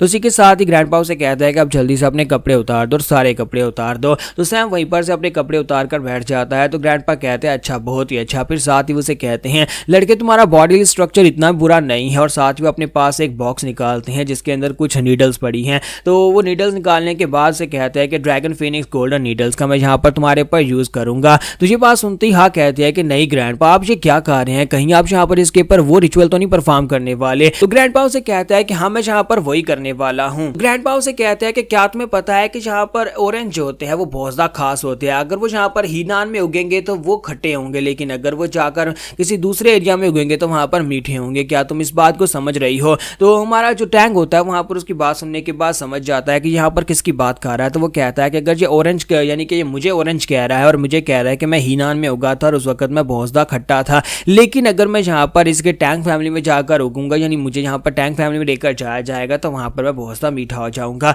इसका मतलब यह है कि ये किसी ना किसी तरीके से मेरी बॉडी को इंप्रूव कर सकता है। तो मास्टर टैंक वाव से कहता है कि मैं तुम्हारे ऊपर यहाँ पर एक रिचुअल परफॉर्म करने वाला हूँ जिसके बाद तुम्हारी बॉडी एक्टिवेट हो जाएगी। फिलहाल के लिए तुम अपनी बॉडी के अंदर किसी भी की पावर को यूज नहीं कर सकते जिसकी वजह से तुम मार्शल आर्ट्स परफॉर्म नहीं कर सकते, लेकिन जब मैं यहाँ पर अपने रिचुअल को परफॉर्म करूंगा तो ये एक ऐसा बहुत ही कमाल का रिचुअल होने वाला है जिससे ना सिर्फ तुम्हारी तुम्हारी बॉडी रिपेयर होगी, बल्कि तुम बोल भी सकोगे, तुम दोबारा बोलने लायक हो जाओगे, अब तुम गूंगे नहीं रहोगे। तो क्या तुम यहाँ पर जो करना चाहते हो? तो बताओ लड़के, क्या तुम यहाँ पर इस रिचुअल को अपने आप परफॉर्म करवाना चाहते हो? तो हमारी हाँ भागती हुई उसके पास आती है और कहती है, ग्रैंडपा जी आप क्या कर रहे हैं? आपको नहीं लगता कि पहले अपनी फैमिली के एल्डर से इस बारे में पूछना चाहिए, क्योंकि जो आप रिचुअल परफॉर्म करने वाले हैं वो रिचुअल सिर्फ और सिर्फ टैंक फैमिली के मेंबर्स के ऊपर ही अप्लाई होता है। तो ग्रैंडपा जो होते हैं वहां पर वॉइस ट्रांसमिशन के जरिए उसके साथ बात करते हैं। दोनों वहां पर अपने लिप्स तो हिला रहे होते हैं लेकिन आवाज नहीं निकल रही होती। दोनों वहां पर कोई वॉइस ट्रांसमिशन यूज करके आपस में बात करते हैं ताकि सैम को पता ना चल सके कि वो दोनों वहां पर क्या बात कर रहे हैं। तो यहाँ पर हमारी एपिसोड 13 का एंड होगा और नेक्स्ट एपिसोड में देखेंगे क्या हमारा सैम अपने ऊपर कोई रिचुअल परफॉर्म होने देगा, क्या रिचुअल परफॉर्म होने के बाद सैम की किस्मत बदलेगी या नहीं। तो गाइस कैसे हैं आप सब लोग? ट्रू साइको के एपिसोड 14 के साथ हाजिर हो। तो लास्ट एपिसोड के एंड पे हमने देखा था कि हमारा सैम जो होता है वहां पर देख रहा होता है कि वो लोग आपस में क्या बातें कर रहे हैं, उनके लिप्स तो हिल रहे हैं लेकिन वो लोग वहां पर आवाज नहीं निकाल रहे। और इसी के साथ ही वहां पर ग्रैंडपा जो होते हैं हाँ को संभाल देते हैं, उसको समझा देते हैं और वो पीछे हट जाते हैं। और साथ ही ग्रैंडपा अपने पास से नीडल्स निकालते हैं और कहते हैं, तो लड़के अगर तुम यहाँ पर इस रिचुअल को अपने ऊपर परफॉर्म करवाओगे तो फिर तुम्हें यहाँ पर टैंक फैमिली का नाम मिल जाएगा, यानी कि तुम तब आज के बाद से हमारी टैंक फैमिली के एक मेंबर बन जाओगे। तो क्या तुम टैंक फैमिली के मेंबर बनना चाहोगे और क्या तुम यहाँ पर अपने ऊपर स्पेशल रिचुअल को परफॉर्म होने दोगे? और यहीं पर हमें कुछ खास बॉडीज के बारे में बताया जाता है कि throughout generation to generation, हजारों साल में, कई लाखों साल में और कई मिलियन सालों में कई बार ऐसा होता है कि कोई बहुत ही खास बॉडी वाले इंसान पैदा होते हैं। और ये खास बॉडी वाले इंसान जो होते हैं ये बहुत ज़्यादा पावरफुल इंसान बनते हैं, दुनिया में काफ़ी ज़्यादा अपना नाम करते हैं। जिनमें से काफ़ी सारी स्पेशल बॉडीज है, जिसमें सबसे ज़्यादा खास body cosmic sacred bone body है। लेकिन अब जबकि यहाँ पर मिलियन सालों से बहुत सारे लोगों को बहुत सारी बॉडीज के बारे में पता है, ये सारी की सारी खास बॉडीज होती हैं। लेकिन कभी कभी ऐसी होता है कि एक ऐसी बॉडी जिसके बारे में किसी को पता भी ना हो वो बॉडी पैदा हो जाती है। जैसे कि यहाँ पर हमारे सैम के पास कुछ ऐसा है जिसके पास कुछ भी नहीं है। तो जब मास्टर टैंग ने पहली बार उस लड़के को देखा तो वो कहता है कि मैंने इस लड़के को जब देखा था तभी मुझे समझ आ गई थी कि इस लड़के के पास कुछ बहुत ही खास किस्म की बॉडी है, क्योंकि जब मैंने जाकर इस लड़के को चेक किया था तब इस लड़के की बॉडी मुझे बहुत ज़्यादा एबनॉर्मल लगी थी। क्योंकि ज़रा सोच कर देखो, अगर हमारे पास स्पेशल बॉडीज होती हैं, हर किस्म की स्पेशल बॉडी में मार्शल आर्ट्स को परफॉर्म करने के लिए मेरिडियंस होती हैं जो कि एनर्जी को स्टोर करती है, और हमारे पास कोर होती है जो कि उस एनर्जी को गैदर करती है। लेकिन ये लड़का एक ऐसी बॉडी के साथ है जिसके अंदर कोई मेरिडियन है ही नहीं। मैंने इसकी बॉडी को चेक किया तो इस लड़के की बॉडी के अंदर एक भी मेरिडियन पॉइंट नहीं है। ज़रा सोच कर देखो, ये बिल्कुल एक एम्प्टी शेल की तरह है, जैसे चाहे हम लोग इसको वैसे यूज कर सकते हैं। विदाउट मेरिडियन ये जितनी ज्यादा चाहे उतनी एनर्जी को अपनी बॉडी में स्टोर कर सकता है, क्योंकि यहाँ पर मेरिडियंस जो होती हैं वो एक लिमिट तक ओपन होती हैं और उसके बाद उसके अंदर एक लिमिट तक एनर्जी स्टोर होती है। लेकिन अगर इस लड़के को ठीक तरह से यूज किया जाए तो मुझे लगता है कि यहाँ पर यह लड़का हमारे लिए बहुत ही बड़ा एसेट बन सकता है। ये एक ऐसी खास बॉडी है जो कि विदाउट मेरिडियंस है, और विदाउट मेरिडियंस के साथ इस लड़के को बस एक पाथ चाहिए होगी। हम इस लड़के को एक पाथ देंगे और अगर यहाँ पर इसे टैंक फैमिली का एक मेंबर बना लिया गया तो ये लड़का हमारी टैंक फैमिली को दुनिया में सबसे महान फैमिली बनाने में हमारी बहुत ज्यादा मदद करने वाला है। फिर बाकी की जितनी फैमिलीज है वो सारी की सारी फैमिलीज टैंक फैमिली के सामने घुटने टेक देंगी जब ये लड़का यहाँ पर पूरी तरह से अपनी पावर्स को अनलीश करेगा। और ये सब कुछ मेरी वजह से पॉसिबल हो पाएगा। इसका मतलब यह है कि मैं अपनी टैंक फैमिली के लिए कुछ नया अचीव करने वाला हूँ। अपनी फैमिली के लिए सब कुछ मैं हासिल करने वाला हूँ। और इसी के साथ ही वो नीडल उठाता है और उसे कहता है कि लड़के, तो क्या तुम यहाँ पर रिचुअल परफॉर्म होने दोगे और क्या तुम यहाँ पर हमारी टैंक फैमिली का सरनेम लेना चाहते हो? तुम्हारा टैंक जो होता है अपना सर हिलाता है तो उसके पास चले जाते हैं और उसे कहता है, तो टैंक फैमिली का मेंबर बनना इतना भी आसान नहीं है। तुम्हें यहाँ पर जो ये करना होगा कि तुम्हें यहाँ पर टैंक फैमिली का नाम तो मिल जाएगा, लेकिन रिचुअल परफॉर्म होने के बाद हमारी टैंक फैमिली में जाकर एल्डर्स के सामने तुम्हें साबित करना होगा कि तुम टैंक फैमिली के एक मेंबर होने के लायक हो, टैंक सरनेम लेने के लायक हो। वहां पर जाने के बाद हो सकता है तुम्हारा टेस्ट लिया जाए, लेकिन इस प्रोसेस में तुम मर भी सकते हो। तो क्या तुम फिर भी करना चाहते हो? तुम्हारा सैम फिर से हाँ कहता है। तो उसी के साथ ही एल्डर जाकर उसके सर के पीछे खड़े हो जाते हैं और उसे कहते हैं, तो फिर ठीक है, मैं यहाँ पर नीडल्स को तुम्हारी बॉडी के अंदर लगाने वाला हूँ। और साथ ही वो हाँ से कहता है कि हाउ जाकर स्टैंड गार्ड रहो, कोई भी यहाँ पर आकर हमारी प्रोसेस को डिस्टर्ब नहीं करना चाहिए। तो वो कहती है, जी ग्रैंडफादर। साथ ही ग्रैंडफादर अपनी सभी नीडल्स को यूज करते हैं और कहते हैं, इसमें एक एक नीडल जब तुम्हारी बॉडी के अंदर जाएगी तो मैं यहाँ पर आर्टिफिशियल मेरिडियन पॉइंट्स क्रिएट करूंगा, तो तुम्हें यहाँ पर काफी ज्यादा दर्द होने वाला है। तो क्या मैं स्टार्ट करूँ? तो इसी के साथ सबसे पहली नीडल वो उसके क्राउन में लगाते हैं, उसके सर के अंदर लगा देते हैं, जिसकी वजह से हमारा जो सो सैम होता है वहीं पर हैंग हो जाता है, क्योंकि जब वहां पर उसका जो सर वाला मेरिडियन प्रेशर पॉइंट दबा दिया जाए तो बॉडी वहां पर पैरालाइज हो जाती है। तो हमारा सो सैम जो होता है, इसी के साथ जैसे वहां पर पहली नीडल उसे लगती है, वो कहता है कि इन बेवकूफों को लगता है कि मैं इनकी बात को समझ नहीं पाया। दोनों बुड्ढा खूसड़ और इसकी पोती जहां पर आपस में बात कर रहे थे, मैं इनकी लिप रीडिंग कर सकता हूं। जब मैंने सिस्टम में आगे लेवल अप किया था, मुझे एक बहुत ही स्पेशल स्किल मिला था लिप रीडिंग का। हालांकि ये लोग यहाँ पर माइंड रीडिंग कर रहे थे, यानी कि वॉइस ट्रांसमिशन कर रहे थे, लेकिन मैं यहाँ पर समझ सकता हूँ कि ग्रैंडपा ने क्या कहा था। ग्रैंडपा ने इस हाथ से कहा था कि ये प्रोसेस बहुत ज़्यादा डेंजरस है और अगर यहाँ पर ये लड़का हमारे हाथ से आउट ऑफ कंट्रोल हो जाता है तो फिर हम यहाँ पर इस लड़के को खो देंगे। लेकिन कोई और यहाँ पर इस लड़के को हासिल कर ले और इसकी स्पेशल बॉडी को यूज़ करे तो फिर हमें इससे नुकसान होगा। अगर ये लड़का हमारी टैंक फैमिली को नहीं मिलेगा तो ये किसी को भी नहीं मिलेगा। तो वो हाथ से कहता है कि मैं इसकी बॉडी के अंदर गू पॉइजन वाला कीड़ा डालूंगा जो कि इसकी बॉडी को कंट्रोल करेगा और इसे पता भी नहीं चलेगा। और अगर ये लड़का हमें धोखा देने के बारे में सोचेगा तो मैं इस लड़के को मार डालूंगा। तो ये बात हो रही थी, तो हमारे सैम ने ये सारी की सारी बात सुन ली होती है कि ये कमीने कोई अच्छे लोग नहीं है, बल्कि यहाँ पर उसकी बॉडी के अंदर कीड़ा डालकर उसको एक टूल की तरह यूज करना चाहते हैं। तो हमारा सो सैम कहता है लेकिन मैं यहाँ पर इनसे भी बड़ा कमीना हूँ, मुझे यहाँ पर सब कुछ पता है। और साथ ही वो कह रहा था कि मुझे लगता है कि मेरे सिस्टम की वजह से लगता है कि मेरे पास कोई खास बॉडी है, लेकिन असल में मेरे पास कोई खास बॉडी नहीं है, बल्कि ये तो बस उस सिस्टम की वजह से है। लेकिन खैर, अगर इसे लगता है कि मेरे पास कोई खास बॉडी है तो फिर इसे ऐसे ही सोचने दो। कम से कम मुझे यहाँ पर टैंक फैमिली का नाम तो मिलेगा और मैं एक स्टेबल के अंदर घोड़ा संभालने से अलग यहाँ पर अब टैंक फैमिली का कोई मास्टर बन सकता हूँ। तो इसी के साथ ही ग्रैंडपा की पूरी बॉडी के अंदर नीडल्स को लगा देते हैं और पूरी बॉडी में नीडल्स को लगाने के बाद कहता है कि लो, मैंने यहाँ पर टेम्प्रोरी की ब्लॉकेज को खत्म करने के लिए सब कुछ कर दिया है। अब यहाँ पर मैंने इसके टेम्प्रोरी मेरिडियन पॉइंट्स एक्टिवेट कर दिए हैं और अब से यहाँ पर एक महान मास्टर बन जाएगा। साथ ही वो अपने पास से अपने कीड़ों वाला जो बॉक्स होता है उसको उठाकर लेकर आते हैं और उसके अंदर से गू पॉइजन वाले कीड़े को निकालते हैं और कहते हैं लेकिन मैं इस तरह के एक बहुत ही खास टैलेंट को किसी दूसरे के हाथ में नहीं जाने दूंगा। और साथ ही वहां पर उस कीड़े को निकालकर उसके कान के अंदर डाल देते हैं। जैसे मास्टर टैंक जो होते हैं वो उस कीड़े को हमारे सो सैम के कान के अंदर डालते हैं, वो कीड़ा उसके कान के अंदर चला जाता है। तो मास्टर टैंक कहते हैं कि अब यहाँ पर यह लड़का मेरे कंट्रोल में रहेगा, ये कीड़ा इसे पता भी नहीं चलेगा और इसकी बॉडी के अंदर ही रहेगा। अगर ये लड़का मुझे धोखा देने के बारे में सोचेगा भी तो मैं यहाँ पर इस कीड़े को एक्टिवेट कर दूंगा। फिर साथ ही ग्रैंडपा जो होता है वो एक एक करके उसकी बॉडी के अंदर सभी नीडल्स को निकाल देते हैं। अब पता नहीं यहाँ पर इस रिचुअल का कोई मकसद था भी या नहीं, या फिर सिर्फ और सिर्फ उसे पैरालाइज करके उसकी बॉडी के अंदर कीड़ा डालने का असल मकसद था। लेकिन वो नीडल्स को निकाल देते हैं, रिचुअल परफॉर्म हो जाता है, उसे टैंक फैमिली के कपड़े दे दिए जाते हैं और ग्रैंडपा उसे कहते हैं कि आज के बाद से तुम टैंक फैमिली के एक मेंबर हो। अब तुम डानरी फैमिली के मेंबर नहीं रहे, तुम्हें यहाँ पर एक नया नाम दिया जाएगा। आज के बाद से तुम्हारा नाम टैंक सैम होगा। तो क्या तुम्हें तुम्हारा नया नाम पसंद आया? तुम्हारा सैम कहता है जी मास्टर, मुझे मेरा नया नाम पसंद आया, क्योंकि अब यहाँ पर वो बात भी कर सकता है, क्योंकि बात तो पहले भी कर सकता था लेकिन अब यहाँ पर उसने खुलेआम बात करना शुरू कर दी है। तो टैंक सैम जो होता है वहां पर से टैंक फैमिली के कपड़े पहनकर बाहर निकलता है। मिस हाफ बाहर खड़ी खड़ी वहां पर सो रही होती है, वो उसके पास से चुपचाप बाहर आ जाता है, यानी कि उसे डिस्टर्ब नहीं करता। और बाहर आने के बाद इसी के साथ ही वो अपने इन्वेंट्री को एक्टिवेट करता है और इन्वेंट्री के साथ अपनी बॉडी के अंदर से गू पॉइजन वाले कीड़े को बाहर निकाल देता है और वहीं पर से मुट्ठी बंद करके उसे क्रश कर देता है। तो हमारा टैंक सैम कहता है कि इस बेवकूफ को क्या लगा था कि जी यहाँ पर मेरी बॉडी के अंदर एक कीड़ा डालेगा और मैं इसके कंट्रोल में आ जाऊंगा। लेकिन अब यहाँ पर डॉनरी क्लैन का सो सैम मर चुका है और मेरा यहाँ पर एक नया जन्म हुआ है।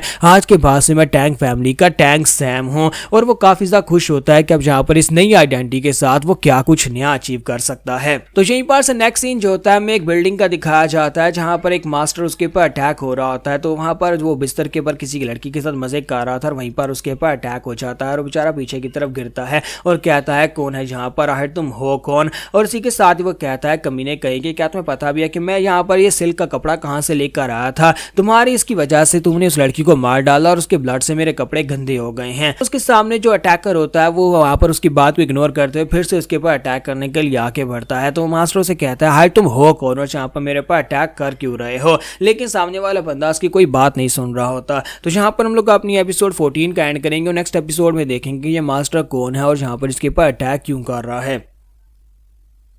तो गाइस कैसे आप सब लोग ट्रू साइको की एपिसोड 15 के साथ हाजिर हो। तो लास्ट एपिसोड के एंड पे हमने देखा था कि एक मास्टर जो होता है वहां पर आकर एक अननोन मास्टर के ऊपर अटैक करता है जो कि शायद लड़की के साथ मजे कर रहा था। तो वहां पर आने के बाद वो बार बार उसके ऊपर अटैक करना शुरू कर देता है और उससे पूछता भी है कि यार तुम हो कौन, लेकिन वो उसे बताता ही नहीं कि मैं कौन हूँ। इसी के साथ ही वो लड़का जो होता है वहां पर से अपनी तलवार उठाता है और अपनी तलवार उठाकर उसके ऊपर अटैक करना स्टार्ट करता है। वो उसके अटैक को ब्लॉक करता है, साथ ही उसके ऊपर हिट लगाता है और उसे कहता है ये क्या तुम तो कुछ ज्यादा ही कमजोर हो। और इसी के साथ ही वो उसके ऊपर प्रेशर डाल डालता है, जिसकी वजह से वो मास्टर जो होता है पीछे गिर जाता है, जो कि उसके ऊपर अटैक करने के लिए आया था। तो टैकर के पीछे गिरने के बाद इसी के साथ सफेद बालों वाला लड़का जो होता है वहीं पर से अपनी स्पेशल टेक्निक को रिलीज करते हुए बहुत सारी स्वर्ड स्ट्राइक्स लगाता है। स्वर्ड स्ट्राइक्स काफी ज्यादा पावरफुल होती है और बहुत ज्यादा अनलिमिटेड स्वर्ड स्ट्राइक्स जो होती है वो जाकर उस मास्टर के साथ टकराती है। वो मास्टर भी अपनी तलवार को सामने करते हुए अटैक को ब्लॉक करने की कोशिश करता है। वो काफी सारे अटैक्स को ब्लॉक करता है, लेकिन काफी सारे अटैक्स उसकी बॉडी के साथ हिट होते हैं और उसी के साथ वो पीछे दीवार के साथ जाकर टकराता है। तो वो उसे कहता है कि ये तो डीमन स्लेइंग स्वर्ड टेक्निक है, मुक वैंग, क्या तुम वाकई में मुक वैंगी हो?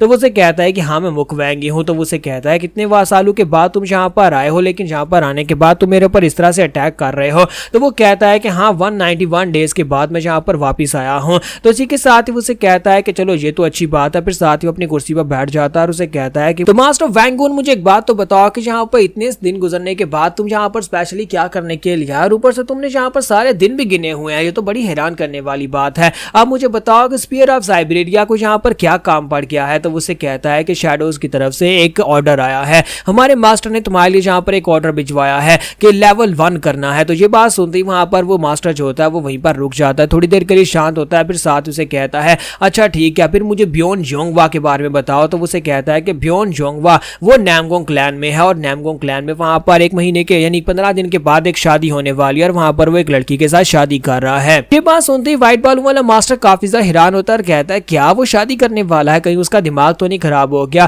फिर साथ ही उसे कहता है कि मुझे ये बताओ कहीं वो जाकर पूरी की पूरी फैमिली को तो नहीं डिस्ट्रॉय करने वाला? और वो शादी करने वाला है तो वो सभी लड़कियां जो कि उसने अपनी एस्कॉर्ट बनाकर रखी हो उन सभी का क्या होगा? तो वैंगून कहता है आपको पता है वो ऐसा ही है। और इसी के साथ उसे कहता है कि चलो यहाँ पर मैं क्या ही कर सकता हूँ। ब्योन जियोन ने जाकर नामगोंग फैमिली की किसी लड़की के ऊपर जाकर नजर डाल लिया और उसके साथ शादी करने वाला, तो चलो कोई बात नहीं उसे शादी करने दो। फिर साथ ही उसे कहता है लेकिन सोल हंटिंग पॉइजन डीमन वो भी वहां पर पहुंचने वाला है, क्योंकि मैंने उसके बारे में सुना है कि मास्टर टैंग उस जगह के ऊपर जाने वाला है उस शादी में। मुझे नहीं लगता कि हम लोग यहाँ पर इस मिशन को इतनी आसानी से पूरा कर सकते हैं। एक तो नामगोंग फैमिली वहां पर है, पूरी की पूरी नामगोंग फैमिली के अंदर भी काफी मास्टर्स हैं और ऊपर से यहाँ पर मास्टर टैंग भी हैं। तो इसी के साथ ही वैंगून उसे कहता है कि शैडोज की तरफ से 5 शैडोज को तुम्हारे लिए डिस्पैच किया गया है, 5 शैडोज तुम्हारी मदद करने के लिए यहाँ पर आएंगे। तो ये बात सुनने के बाद वो लड़का उसे कहता है फिर तो यहाँ पर काफी हैं। तो इसी के साथ ही वैंगून उसे कहता है कि मैंने अपना मैसेज डिलीवर कर दिया, अब यहाँ पर तुम्हें अपनी सारी की सारी तैयारी मुकम्मल करनी होगी। तो फिर साथ ही उसे कहता है कि मुझे यहाँ पर उस लड़की का नाम तो बताओ कि ब्योंगुन किससे शादी कर रहा है? तो उसे कहता है कि ब्योंगुन यहाँ पर किसी से शादी कर रहा है, लेकिन तुम्हें क्यों बताऊं? और साथ ही वो वहां पर से गायब हो जाता है। तो व्हाइट बालू वाला लड़का वहीं पर बैठा रह जाता है और कहता है कि यार इस बंदे का मैं क्या करूं, ये हमेशा इसी तरह ही करता है। और साथ ही वो उठकर खड़ा होता है और कहता है कि मेरे कपड़े भी इसने गंदे कर दिए, अब यहाँ पर मैंने शुरू ही किया था और इसने उस लड़की को भी मार दिया है। तो बाहर आने के बाद वो कहता है कि वो कमीना कहीं का अब यहाँ पर ऑर्थोडॉक्स फैक्शन के लिए एक हीरो बन चुका है और उनकी एक लड़की के साथ शादी करने वाला है। और मैंने सुना है कि आन हुई कि वो लड़की बहुत ज्यादा खूबसूरत है, यानी नामगोंग फैमिली की लड़कियां बहुत ज्यादा खूबसूरत है जिसके साथ वो शादी करने वाला है। चलो खैर अब यहाँ पर क्या किया जा सकता है। वो बाहर आता है, वहां पर आकर चुटकी बजाता है तो उसका एक सोल्जर वहां पर अपीयर होता है। तो उसे कहता है कि जाओ जाकर उस रूम को खाली कर दो और वहां पर बेड के ऊपर जो कचरा पड़ा है उसको भी साफ कर देना। और साथ ही उसे कहता है कि आज रात यहाँ पर जितने भी हमारे गार्ड्स हैं वो पहरा दे रहे हैं उन सभी को भी मार डालो, किसी को भी यहाँ पर वैंगून के बारे में नहीं पता चलना चाहिए कि वो यहाँ पर आया था। तो उसका सोल्जर कहता है जी मास्टर मैं अभी यहाँ पर सभी को क्लियर कर देता हूँ। और इसी के साथ ही वो बंदा जो होता है खिड़की में जाकर खड़ा हो जाता है और सामने नामगोंग फैमिली की तरफ देखता है जहाँ पर जश्न मनाया जा रहा होता है क्योंकि वहां पर शादी हो रही है। यहाँ पर आन हुई ब्रांच के अंदर जो चोनमा सेक्टर का ब्रांच लीडर होता है, इसका नाम लस्ट डीमन पैग ह्योल होता है और इसे भी यहाँ पर एक शैडो का टाइटल दिया गया होता है, जो इसका टाइटल जो होता है वो टर्निंग शैडो का होता है। तो इसी के साथ ही वो नामगोंग फैमिली की तरफ देखता है, वहां पर हंसता और कहता है कि मुझे लगता है कि फाइनली ये करने का वक्त आ चुका है। तो दूसरी तरफ दिखाते हैं कि हमारे सैम की टीम भी वहां पर पहुंच चुकी है। वो लोग वहां पर पहुंच जाते हैं और वहां पर आने के बाद कहते हैं तो फाइनली हम लोग यहाँ पर पहुंच ही आए हैं। तो मास्टर टैंक कहते हैं कि लगता है कि हम लोग वक्त से पहले यहाँ पर पहुंच आए हैं। और साथ ही हमारा टैंक सैम जो होता है वो भी काफी ज्यादा खुश होता है, एक्साइटेड होता है कि वो यहाँ पर टैंक नामगोंग फैमिली के अंदर जाने वाला है। अगले दिन सुबह सुबह वो वहाँ पर नामगोंग फैमिली के अंदर एंटर होते हैं जहाँ पर जश्न मनाए जा रहे होते हैं क्योंकि शादी होने वाली है। तो इसी वजह से वो लोग पहले यहाँ पर तैयारियों में लगे होते हैं और यहाँ पर पूरे का पूरा महल सजाया गया होता है। तो वहां पर दिखाते हैं कि एक बंदा जो होता है, गार्ड जो होता है, वहां पर कुछ भिखारियों को भगा रहा था क्योंकि भिखारी उससे कह रहे होते हैं कि हमें यहाँ पर कुछ बचा हुआ खाना दे दो। शादी का दिन है तो वो भिखारी भी यहाँ पर चाहते हैं कि उन्हें भी कुछ खाना मिल जाए, लेकिन गार्ड जो होता है उनके ऊपर काफी ज्यादा गुस्सा हो रहा था। उनसे कहता है कि यहाँ पर से दफा हो जाओ, तुम्हारे लिए कुछ भी नहीं है, तुम लोग यहाँ पर आकर सब कुछ खराब मत करो। तो इसी के साथ भिखारी उसे कहते हैं लेकिन हम तो सिर्फ और सिर्फ बचा हुआ खाना मांग रहे हैं, प्लीज बचा हुआ खाना हमें दे दो। तो गार्ड जो होता है वहीं पर एक भिखारी को किक दे मारता है और भिखारी बेचारा पीछे की तरफ गिर जाता है। जब किसी के साथ ही अंदर से यंग मास्टर मास्टर निकल कर आता है और उसे कहता है कि यहाँ पर क्या शोर मचा हुआ है। तो एक बहुत ही अच्छा यंग मास्टर वहां पर बाहर आता है, बहुत ही अच्छा दिखने वाला और बहुत ज्यादा हैंडसम दिखने वाला लड़का वहां पर आता है। तो गार्ड उसे कहता है कि यंग मास्टर प्लीज हमें माफ करिएगा, ये भिखारी जहां पर आकर सीन क्रिएट कर रहे हैं, इसी वजह से मैं जहां पर इनको समझाने की कोशिश कर रहा था। तो ये बात सुनने के बाद यंग मास्टर जो होता है गार्ड को घूर कर देखता है, जबकि बाकी के सभी लोग जो होते हैं वो कहते हैं क्या तुम देख रहे हो, यही हमारा यंग मास्टर डू हियो ओक है। डू हियो ओक जो कि जहां पर हमारा दूल्हा है और इसी के साथ ही तो नामगोंग फैमिली की लड़की की शादी होने वाली है। तो यंग मास्टर डू जो होता है वहां पर भिखारियों की तरफ आगे बढ़ता है, उनके सामने अपना हाथ करता है और कहता है क्या तुम लोग ठीक हो। तो वो भिखारी जो होते हैं काफी ज्यादा खुश हो जाते हैं और कहते हैं जी सर हम लोग ठीक हैं। और इसी के साथ ही वो उनसे कहता है कि तुम लोगों को थोड़ी देर के लिए वेट करना होगा, अभी हमारे मेहमान नहीं आए और शादी की सेरेमनी स्टार्ट नहीं हुई, जब सभी लोग खाना खा लेंगे तो बचा हुआ खाना तुम्हें दे देंगे। और साथ ही वो गार्ड से कहता है कि इन सभी लोगों को बचा हुआ खाना जरूर देना। तो वो कहता है ठीक है सर मैं दे दूंगा। तो बाकी के सभी लोग जो होते हैं वो काफी ज्यादा हैरान होते हैं और कहते हैं कि देखो यंग मास्टर डू कितना ज्यादा अच्छा है। जैसा कि उसके बारे में कहा जाता है कि वो यहाँ पर राइटियस फैक्शन का एक हीरो है, उसने यहाँ पर राइटियस फैक्शन में बहुत सारे ऐसे कमीने लोगों को मारा है जिन लोगों को मारना हमारे राइटियस फैक्शन के लिए भी काफी ज्यादा मुश्किल था। खास तौर पर उसने कुछ ऐसे डिमोनिक फैक्शन के लोगों को मारा था जो कि यहाँ पर काफी सारा खून खराबा कर चुके थे। इसी वजह से तो नामगोंग फैमिली के लोगों ने अपनी बेटी नामगोंग खाई की शादी इस लड़के के साथ करने के लिए रजामंदी दी थी। इसी वजह से नामगोंग खाई के साथ इस लड़के की शादी हो रही है, वरना वो लोग अपनी फैमिली से बाहर किसी की शादी नहीं करते। यहाँ पर हम लोग अपनी एपिसोड 15 का एंड करेंगे और नेक्स्ट एपिसोड में देखेंगे क्या यंग मास्टर डू वाकई में इतना ज्यादा अच्छा है या फिर वो सिर्फ और सिर्फ अच्छा होने की नौटंकी कर रहा है। तो गाइज कैसे हैं आप सब लोग, ट्रू साइको के एपिसोड 16 और इस वीक की लास्ट एपिसोड के साथ हाजिर हूं। नेक्स्ट एपिसोड अगले हफ्ते आएगी।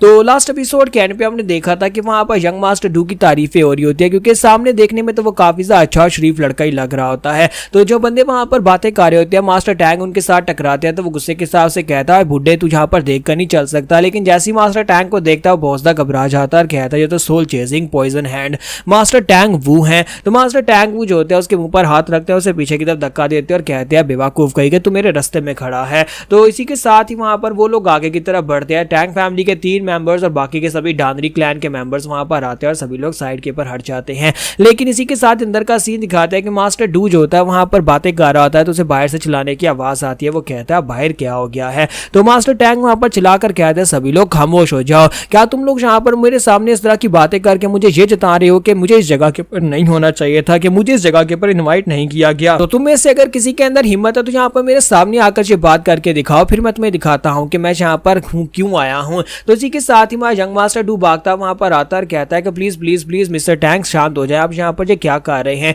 तो आने के बाद उसे ग्रीट करता है और उसे अपना नाम बताता है। तो मास्टर टैंक आगे बढ़ते हैं और कहता है कि चलो शुक्र है कि यहाँ पर किसी के अंदर तो तमीज है, लड़के तुम यहाँ पर काफी ज्यादा अच्छे दिखते हो। और साथ ही वो आगे बढ़कर कहता है कि एक्सीलेंट, तुम्हारी बॉडी भी काफी ज्यादा स्पेशल है। हाँ खैर अफसोस कि मैं यहाँ पर पहले किसी को अपने लिए चूज कर चुका हूँ, अगर तुम मुझे कुछ वक्त पहले मिले होते तो फिर मुझे लगता है कि तुम्हारी इस बॉडी के साथ मैं कुछ ना कुछ कर सकता था। तो मास्टर डू कहता है कि सर माफ करिएगा, आप यहाँ पर मेरी बॉडी के साथ क्या करने के बारे में सोच रहे हैं। तो वो कहता है अब छोड़ो भी, मुझे ये बताओ कि बियोक कहाँ पर है। तो वो उसे कहता है कि सेक्टर लीडर इस वक्त अपने मेन हॉल के अंदर और आपका वेट कर रहे हैं। तो मास्टर टैंक खुद ही अंदर चले जाते हैं। तो यंग मास्टर डू कहता है रुके रुके मैं भी आपके साथ आता और मैं खुद आपको वहां पर लेकर जाता हूँ। तो मास्टर डू जो होता है वहां पर उसके पीछे भाग रहा होता है, जबकि हमारा सोसैम जो होता है वो दूर खड़ा है उसको एनालाइज कर रहा होता है और कहता है इस लड़के को देखो, हर एक इंसान जो होता है उसकी एबिलिटीज अलग अलग होती हैं, हर एक इंसान के कैरेक्टरिस्टिक्स अलग अलग होते हैं, लेकिन इसे देखकर ही पता चल रहा है कि इसकी चाल के अंदर कुछ फेक बना है। क्योंकि हमारे सोसैम के पास वहां पर एक विंडो ओपन होती है जिसमें उसे कहा जाता है कि तुम्हारे सामने यहाँ पर कोई मास्टर है जिसका पावर लेवल तुमसे 10 गुना ज्यादा है।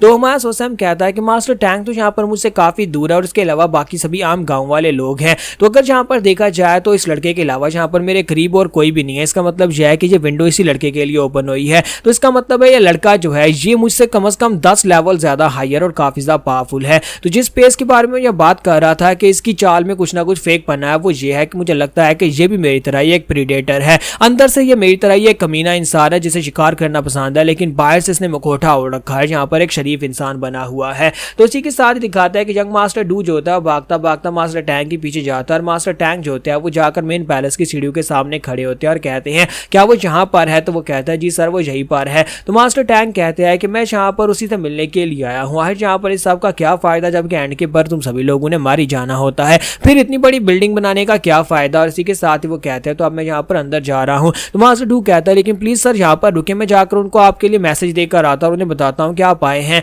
तो मास्टर टैंक कहते हैं कि किसका क्या फायदा, तुमने खुद ही कहा कि वो अंदर मेरा वेट कर रहा है, तो फिर मैं यहाँ पर खुद चला जाता हूँ। तो अंदर का सीन दिखाता है कि मास्टर टैंक दरवाजा खोलकर अंदर आते हैं जहाँ पर सेक्टर लीडर जो होते हैं वो अपनी बेटी के साथ खड़े होते हैं। तो इसी के साथ ही मास्टर सेक्टर लीडर जो होता है वहां पर मास्टर टैंक को अंकल कह के पुकारता है। वो भागता हुआ उसके पास आता है और उसे कहता है मार्शल अंकल, काफी अरसे के बाद अब यहाँ पर हमारी नैमकोंग फैमिली में आए हैं, मुझे इस बात की बहुत ज्यादा खुशी है, आप मेरी बेटी की शादी में आए हैं। तो वो उसे कहता है कि तुम हर बार यहाँ पर मुझे देखने के बाद इस तरह से भागते हुए चले आते हो और आकर मुझे अंकल अंकल कहना शुरू कर देते हो, क्या तुम्हें यहाँ पर इस बात की बिल्कुल भी वैल्यू नहीं है कि अब तुम यहाँ पर नैमकोंग फैमिली के क्लैन हेड हो। फिर साथ ही वो हंसना शुरू कर देते हैं और उसे कहते हैं लेकिन तुम्हें यहाँ पर इस तरह से देखकर मुझे काफी ज्यादा खुशी होती है बेवकूफ बच्चे। तो इसी के साथ ही क्लैन हेड भी वहां पर हंसना शुरू कर देते हैं और कहते हैं कि अंकल आप बिल्कुल भी नहीं बदले। जबकि दूसरी तरफ हमारी नैमकोंग हाई जो होती है वो कहती है कि ये दोनों तो ऐसे बातें कर रहे हैं जैसे कि ये दोनों एक दूसरे को अच्छी तरह से जानते हों। जबकि साइड के ऊपर वहां पर हमारी मिस हवा खड़ी होती है तो उसके पास जाते हैं और उसे कहते हैं कि हाँ ये क्या ये तुम हो, तुम तो काफी ज्यादा बड़ी हो गई हो।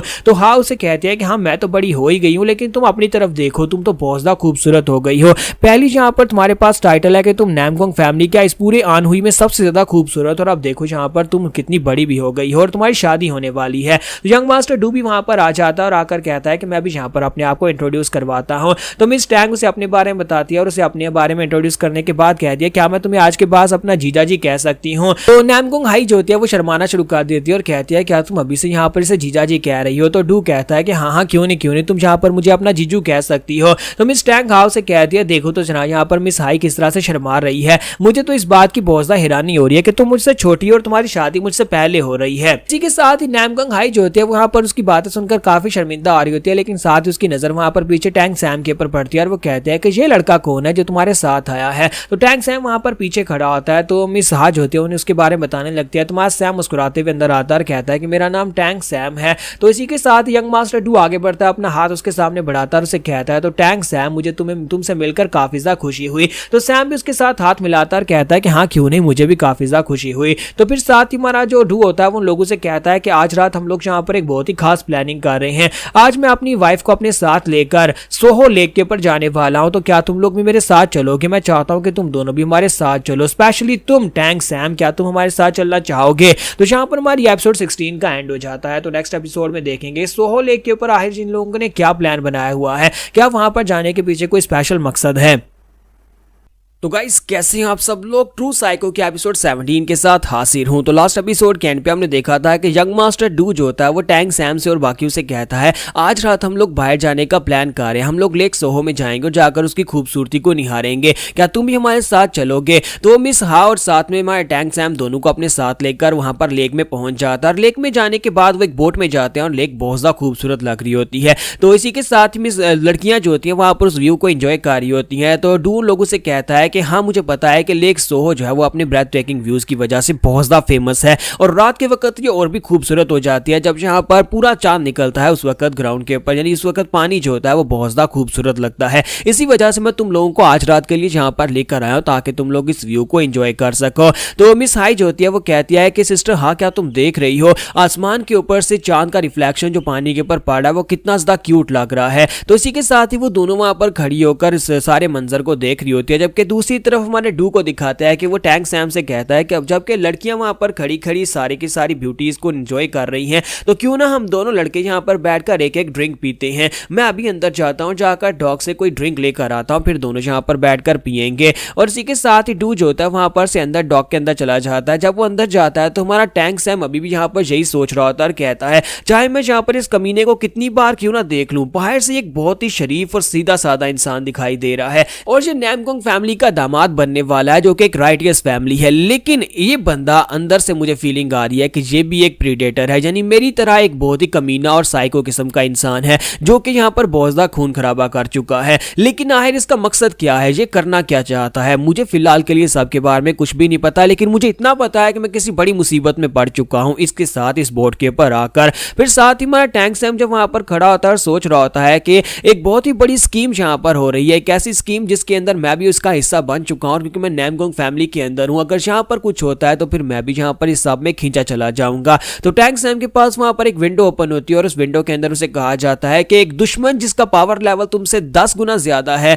वो यहीं पर तुम्हारे 20 मीटर के रेडियंस के आसपास है। तो टैंक सैम साइड के ऊपर देखता है, जब वहां पर देखता है कि डू जो है वो तो डॉग के अंदर गया हुआ है और वहां पर उसका डिस्टेंस जो है कम से कम 20 मीटर से ज्यादा है। तो टैंक सैम को एक झटका लगता है और कहता है कि ये क्या, ऐसा कैसे हो सकता है, ये डू ह्यूऑक तो बिल्कुल भी नहीं हो सकता क्योंकि वो तो मुझसे काफी ज्यादा दूर है। क्योंकि ये बोर्ड जो है तकरीबन 25 मीटर इसका रेडियस है और नीचे की अगर गहराई देखी जाए तो इसकी नीचे का जो साइज है वो तकरीबन 5 मीटर है। इसका मतलब यह है कि वो जो भी दुश्मन है या तो वो पानी के अंदर है या फिर वो बोर्ड के निचले हिस्से के ऊपर है। तो थोड़ी देर के बाद हमारा डू जो होता है वो अंदर से वाइन लेकर आ जाता है और उसे कहता है कि प्लीज माफ करना, मुझे वाइन ढूंढने में काफी ज्यादा टाइम लग गया, लेकिन ये वाइन बहुत ज्यादा स्पेशल है, मैं स्पेशली तुम्हारे लिए यहाँ पर लेकर आई हूँ। जबकि टैंक सैम उसे घूर घूर कर देख रहा था और कहता है कि डू के अलावा यहाँ पर एक और दुश्मन है जो कि मुझसे 10 गुना ज्यादा पावरफुल है। लेकिन आखिर यहाँ पर इस बोर्ड के ऊपर एक और दुश्मन क्या कर रहा है।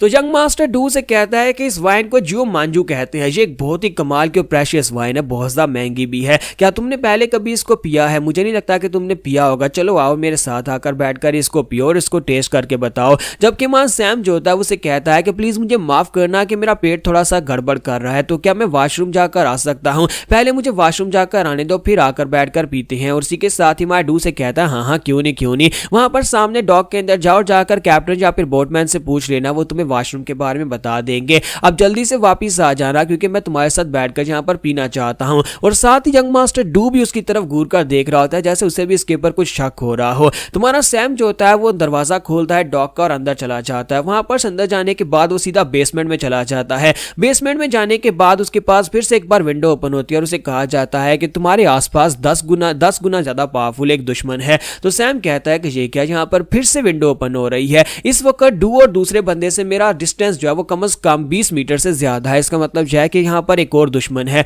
जब वो थोड़ा सा और आगे बढ़ता है और कहता है कि डिस्टेंस कम हो रहा है, डिस्टेंस ज्यादा हो रहा है, जब उसके पास विंडो ओपन होती है तो वहां पर उसे पता चलता है कि दुश्मन उससे 20 मीटर की दूरी के ऊपर है। एक बार फिर से विंडो ओपन होती है और वो कहता है कि यहाँ पर फिर से एक बार विंडो ओपन हुई है। और उसके बाद जब वो डॉक में और ज्यादा गहराई में जाता है और आगे बढ़ता है फिर से एक बार विंडो ओपन होती है और वो कहता है कि अब तो यहाँ पर 2 दुश्मन और निकल आए हैं। यंग मास्टर डू के अलावा यहाँ पर 2 और विंडो ओपन हुई है। इसका मतलब यह है कि इस बोर्ड के ऊपर टोटल 3 लोग हैं। जैसे वो थोड़ा सा और आगे बढ़ता है वहां पर फिर से एक और विंडो ओपन होती है और इस बार डिस्टेंस और ज्यादा करीब हो जाता है। और उसके बाद यहाँ पर थोड़ी देर के बाद एक और विंडो ओपन होती है और इसके बाद अब यहाँ पर उसे पता चलता है कि यहाँ पर टोटल 5 लोग हैं। यंग मास्टर डू ह्यू ओक को मिलाकर टोटल 4 और दुश्मन है जिनका पावर लेवल हमारे सैम से तकरीबन 10 गुना ज्यादा है और वो सभी लोग इसी बोर्ड के ऊपर या फिर नीचे छुपे हुए हैं। तो हमारा सैम जो होता है वहीं पर से सेकंड फ्लोर के ऊपर चला जाता है और जाने के बाद नैमगोंग फैमिली की तरफ देखता है और लड़कियों की तरफ देखता है और कहता है मुझे इस बात की समझ नहीं आ रही क्या है यहाँ पर 5 हायर लेवल के दुश्मन क्या कर रहे हैं।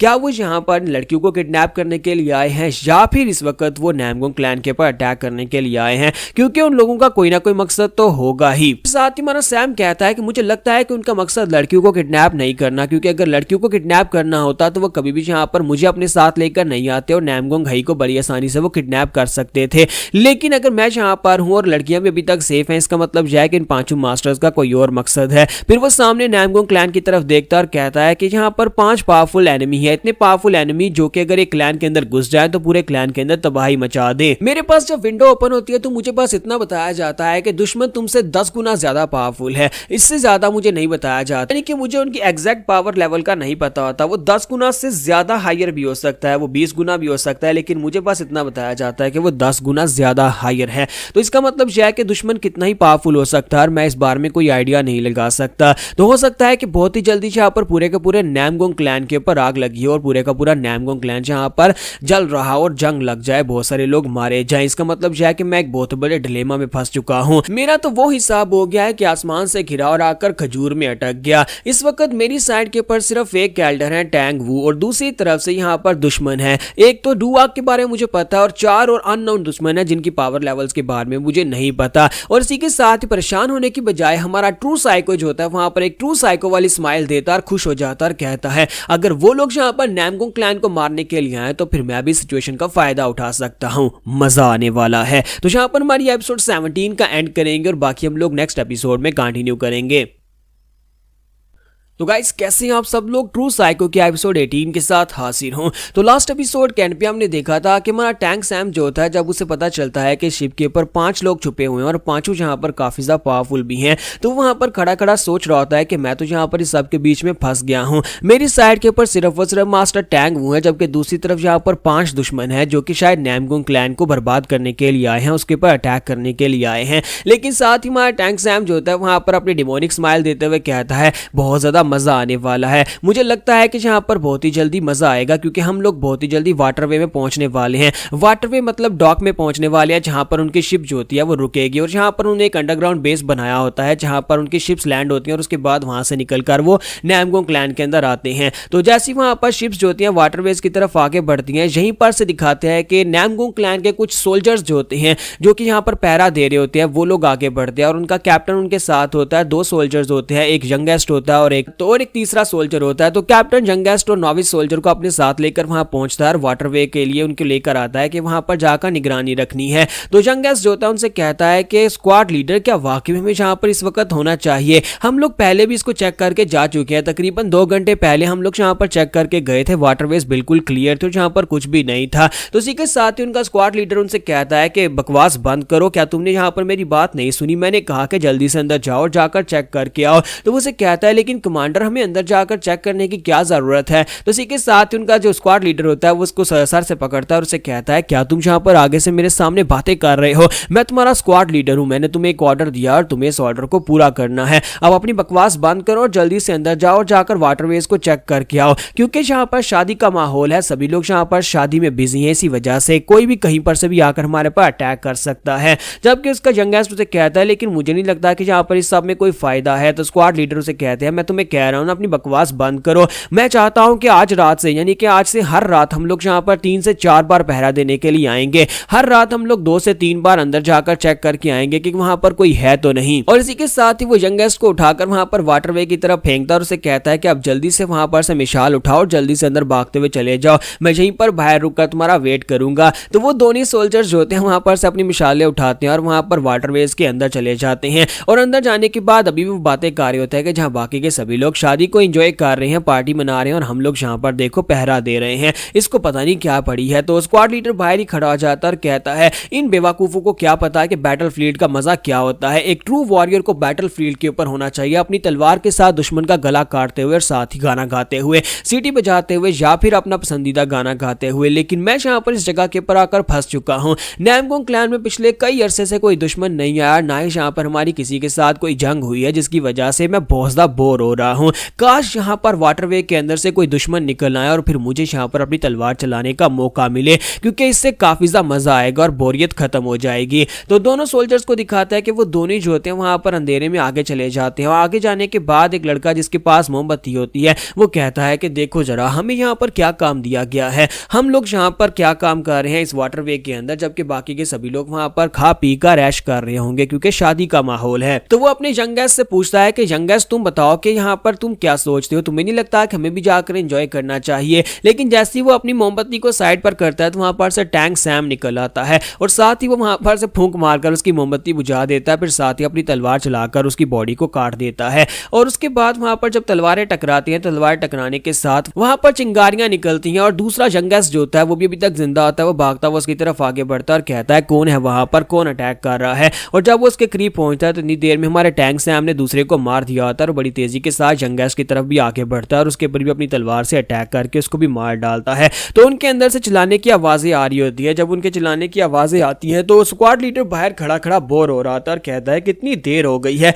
वाटरवे इतना बड़ा तो है नहीं, आखिर यहाँ पर उन दोनों बेवकूफों को इतना टाइम क्यों लग रहा है, वो लोग अभी तक वापस क्यों नहीं आए? क्या मुझे यहाँ पर खुद अंदर जाना होगा? चलो चल के देखता हूँ कि वो कमीने कर क्या रहे हैं। तो इसी के साथ ही वो भी अपनी मोमबत्ती अपनी मिसाल उठाता है और उसे उठाकर अंदर चला जाता है और कहता है अगर मैंने उन लोगों को यहाँ पर किसी जगह के ऊपर बैठकर सूटे लगाते हुए देख लिया ना तो मैं उन लोगों को बुरी तरह से पीटने वाला हूँ। तो जैसे स्क्वाड लीडर जो होता है वहां पर अंधेरे में आगे की तरफ चलता जाता है, वो थोड़ा सा आगे बढ़ता है तो वहां पर पानी के अंदर एक कटा हुआ बाजू तैर रहा होता है। तो जब वहां पर कटे हुए बाजू की तरफ देखता है तो वो चिल्लाकर कहता है कि ये क्या बकवास हो रही है, ये कटा हुआ हाथ किसका है? फिर साथ ही वो कहता है यंगेस्ट डू चिल, तुम लोग कहां पर हो? क्योंकि उसे शक पड़ जाता है कि शायद यहाँ पर उनके साथियों के साथ कुछ हुआ है। तो वो बड़ी तेजी के साथ भागता हुआ आगे की तरफ बढ़ता है। तो जैसे ही वहां पर से भागते हुए आगे आगे बढ़ता है, मोड़ काट के आगे पहुंचता है तो वहां पर सामने उसे कुछ दिखाई देता है और वो देखकर बहुत ज्यादा घबरा जाता है, क्योंकि वहां पर दिखाते हैं कि हमारा टैंक सैम वहां पर बैठा होता है। वहां पर उसने कुछ भाले गाड़े होते हैं और उन भालू के ऊपर उन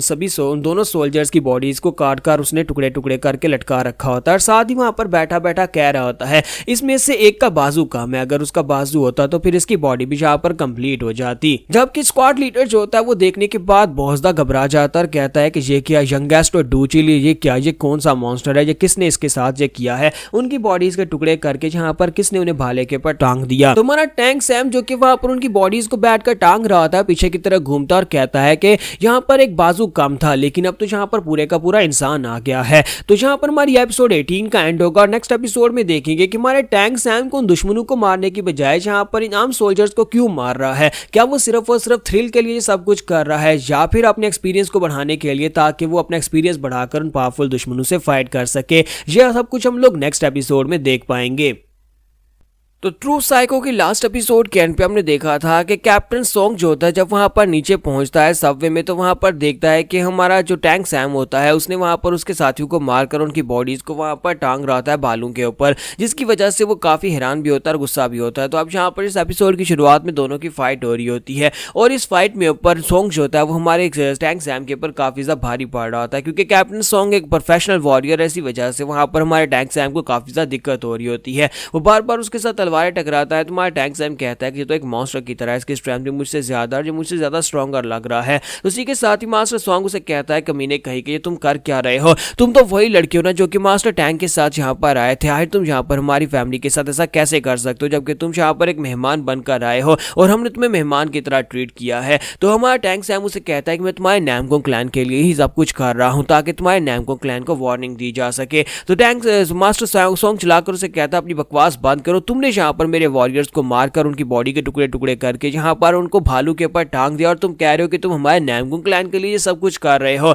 अपनी बकवास बंद करो, अब यहाँ पर मैं तुम्हें एक बहुत ही दर्दनाक मौत देने वाला हूँ। और साथ ही वो अपनी स्पेशल टेक्निक्स को यूज करते हुए उसके ऊपर अटैक करता है, जबकि दूसरी तरफ से हमारा टैंक सैम जो होता है वो भी यहाँ पर अपनी स्पेशल टेक्निक्स को यूज करते हुए उसके ऊपर अटैक करता है। दोनों ही अपनी अपनी टेक्निक्स को टकराते हैं तो वहां पर जबरदस्त धमाका होता है और इसी के साथ ही दोनों ही जो होते हैं वो जंप करते पीछे की तरफ फट जाते हैं। और अब यहाँ पर मास्टर सॉन्ग जो होता है वो कहता है कि मैं तुम्हें वाकई में मार डालूंगा और इस बार वो बड़ी तेजी के साथ आगे बढ़ता है और इस बार वहां पर वो बहुत सारी स्ट्राइक्स लगाता है। तो मास्टर सॉन्ग जब वहां पर स्ट्राइक्स लगाता है तो वो स्ट्राइक्स के साथ हमारे टैंक सैम की बॉडी के ऊपर बहुत सारे कट लगते हैं और हमारा टैंक सैम जो होता है वो साथ ही साथ अपने एचपी लेवल को चेक कर रहा था कि उसकी बॉडी के ऊपर जो कट्स लगते हैं उसकी वजह से उसका एचपी लेवल बहुत ज्यादा कम रह गया है। और इस बार हमारा सॉन्ग जो होता है वो उसकी तरफ आगे बढ़ता है और हमारा टैंक सैम पीछे की तरफ हट रहा था, वो दीवार के साथ जा लगता है जहां पर से वो जब उसके ऊपर अटैक करता है कैप्टन सॉन्ग इस बार अपनी तलवार को घुमाकर हमारे टैंक सैम के ऊपर अटैक करता है तो उसके हाथ से उसकी तलवार भी छूट जाती है और साथ ही उसकी 2-4 उंगलियां भी कट जाती हैं। तो मास्टर सॉन्ग इस बात से बहुत ज्यादा खुश होता है और उसे कहता है कि लड़के अब यहाँ पर तुम्हारे पास तुम्हारी तलवार भी नहीं है, बताओ कि तुम क्या ही कर पाओगे, तुम्हारा एक हाथ भी तकरीबन आधा कट चुका है।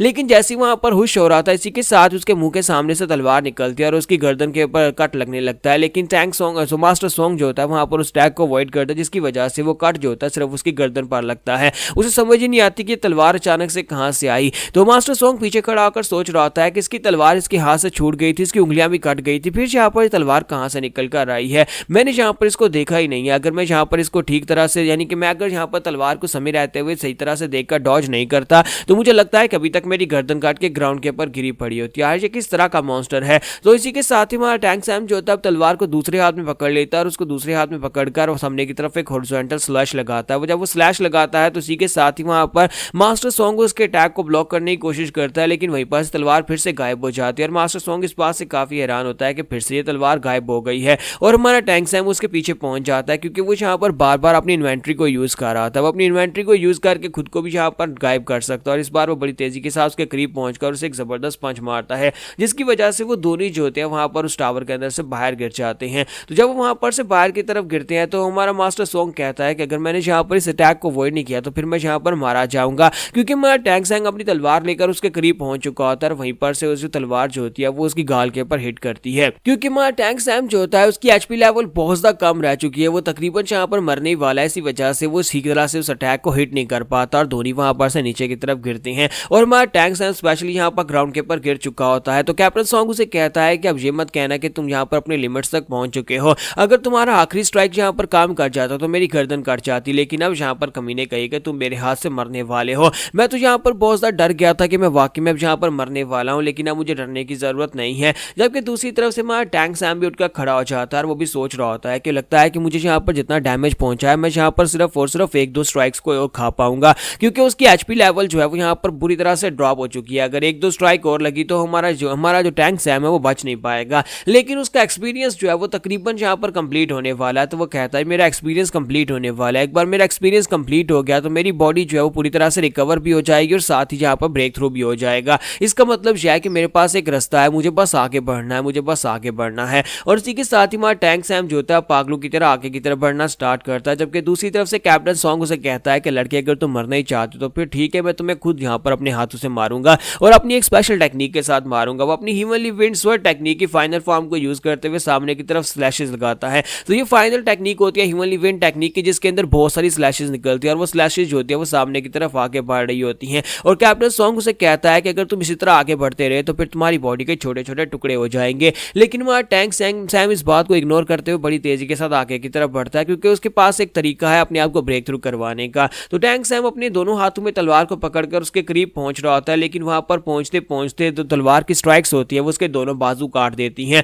फिर साथ उसकी दोनों टांगे कट जाती हैं और इसी के साथ ही टैंग सैम ग्राउंड के ऊपर गिर जाता है बिना बाजू बिना टांगों के। अब यहाँ पर वो क्या ही कर पाएगा। और साथ ही मास्टर सॉन्ग जो होता है ऊपर की तरफ से जंप करते हुए उसे किक मार के ग्राउंड के ऊपर गिरा देता है और वहां पर हंसना शुरू कर देता है और कहता है देखो जरा, आप देखो यही तुम्हारी औकात है, अब इससे ज्यादा तुम क्या ही कर सकते हो, बिना बाजू और बिना टांगों के तुम यहाँ पर बिल्कुल एक बेकार इंसान हो। अब यहाँ पर तुम्हारे मरने का वक्त आ चुका, अब इसे खत्म करने का वक्त है। लेकिन जैसे ही वहां पर हमारा मास्टर सॉन्ग जो होता है अपनी तलवार उसकी बॉडी के अंदर दंसाने लगता है, इसी के साथ ही हमारा जो टैंग सैम होता है ग्राउंड के ऊपर हंस रहा होता है। वो कहता है कि ये कमीना यहाँ पर हंस क्यों रहा है, और साथ ही हमारे टैंग सैम के मुंह के अंदर से रोशनी चमक रही होती है, क्योंकि उसने अपने मुंह के अंदर इन्वेंट्री को ओपन किया होता है। और हमारा टैंग सैम जब अपना मुंह खोलता है तो तलवार इन्वेंट्री से बड़ी तेजी के साथ निकलती है और सीधी जाकर वहां पर कैप्टन सॉन्ग के सर के अंदर धंस जाती है, जिसकी वजह से कैप्टन सॉन्ग ब्लीडिंग करता है और वहीं पर ग्राउंड के ऊपर गिरकर वो मर जाता है। तुम्हारे टैंग सैम ने यहाँ पर फाइनली यहाँ पर मास्टर सॉन्ग को मार डाला और जैसे ही वहां पर मास्टर सॉन्ग मर जाता है उसे एक्सपीरियंस पॉइंट्स मिलते हैं और एक्सपीरियंस पॉइंट मिलने के साथ उसका लेवल अप हो जाता है और वहां पर एक जबरदस्त रोशनी चमकती है, उसकी एचपी लेवल पूरी तरह से रिकवर हो जाती है, उसके बाजू जो कट गए थे उसकी टांगे जो कट गई थी वो भी वापस से रिकवर हो जाती हैं।